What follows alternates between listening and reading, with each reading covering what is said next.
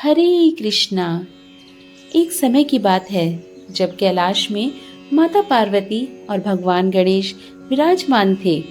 तब 12 माह की गणेश चतुर्थी का प्रसंग चल रहा था। माता पार्वती ने कौतूहलवश भगवान गणेश से पूछा, हे पुत्र, चैत्र माह की कृष्ण पक्ष की चतुर्थी को तुम्हारे किस स्वरूप की पूजा की जाती है और इसका क्या विधान है, ये मुझसे कहो।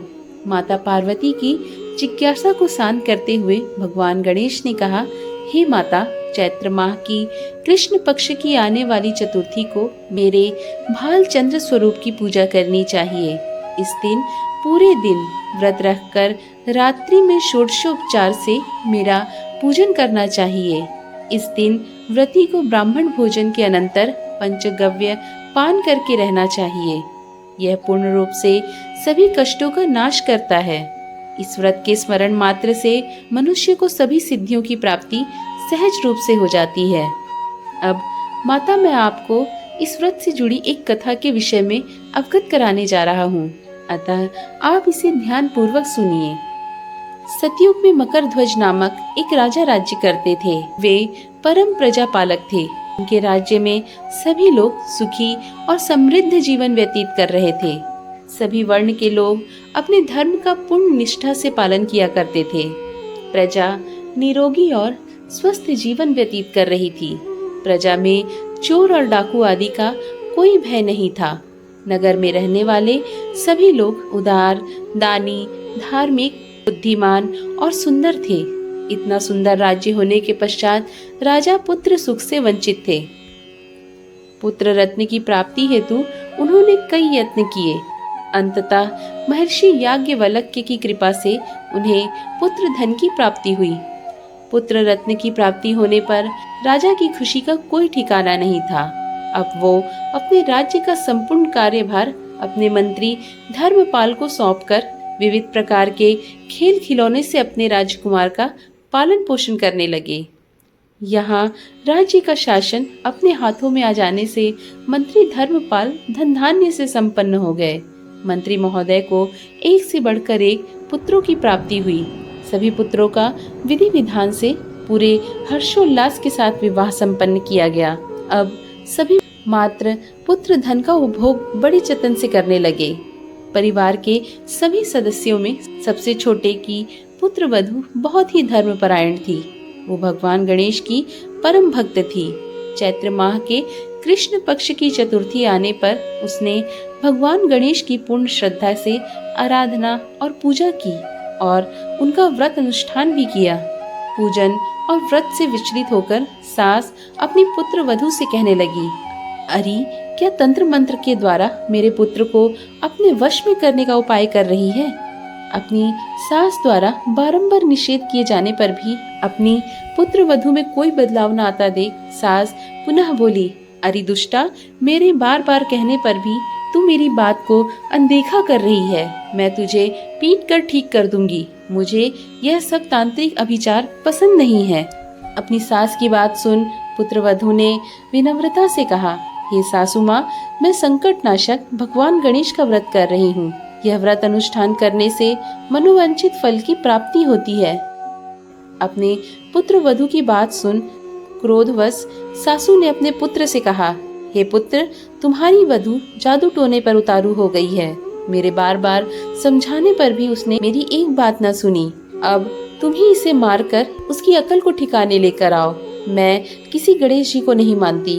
वे कौन है और उनका व्रत कैसे होता है? हम लोग तो राजकुल से हैं। हमारी भला किस विपत्ति को वो नष्ट करेंगे? माता की आज्ञा को मानते हुए उसके पति ने उसे मारा और पीटा।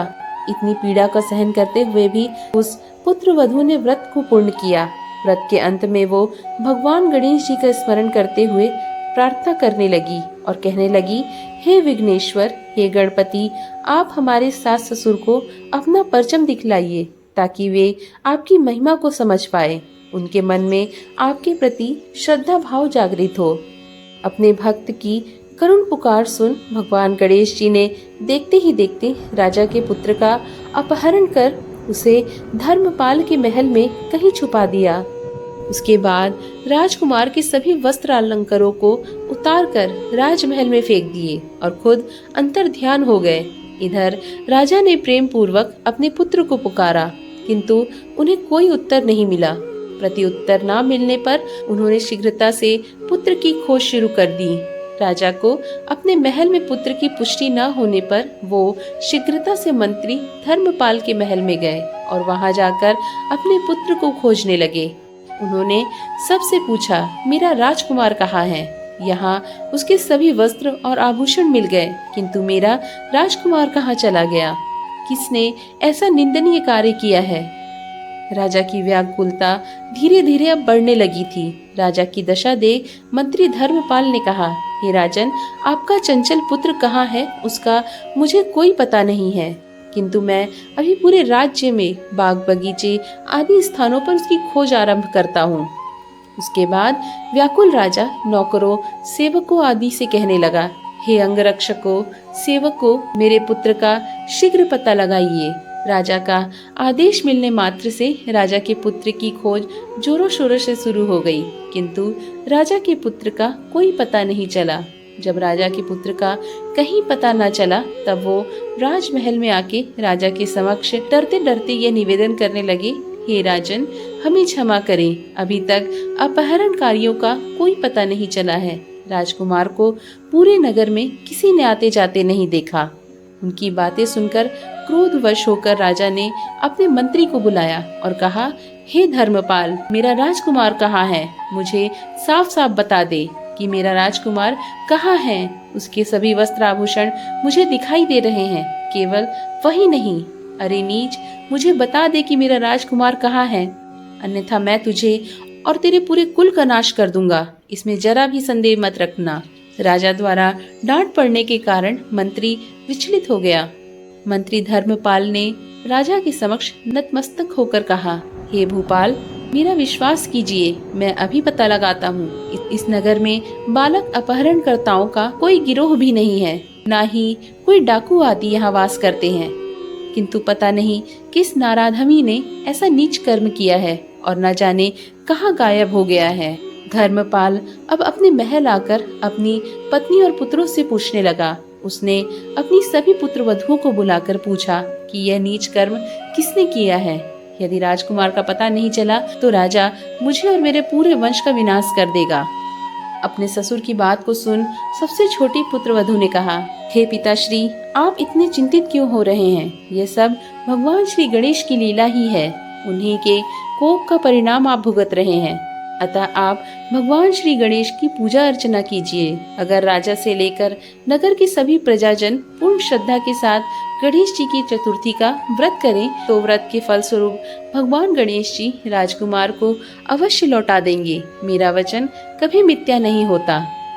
छोटी पुत्र वधु की बात सुनकर ससुर ने कहा, हे पुत्री, तुम सत्य कह रही हो, तुम धन्य हो। हमारे कुल में एक तुम ही हो जो मेरा और मेरे कुल का उद्धार कर दोगी। भगवान गणेश जी की पूजा कैसे की जाती है वो तुम मुझे बताओ। ये सुलक्षणी, मैं मंद बुद्धि होने के कारण भगवान गणेश के व्रत की महिमा नहीं जानता हूँ, अतः मुझ पर और मेरे परिवार को उनके किए गए अपराध की क्षमा देकर राजकुमार का पता लगवा दो। तब सभी लोगों ने भगवान श्री गणेश जी का कष्टनाशक चतुर्थी का व्रत का अनुष्ठान किया।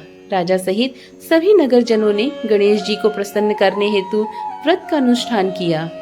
सभी के व्रत के अनुष्ठान के प्रभाव से गणेश जी प्रसन्न हो गए और देखते ही देखते सभी लोगों के सामने उन्होंने राजकुमार को प्रकट कर दिया।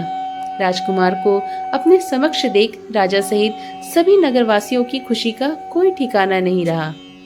वो बस राजकुमार को आश्चर्यचकित होकर देखने लगे।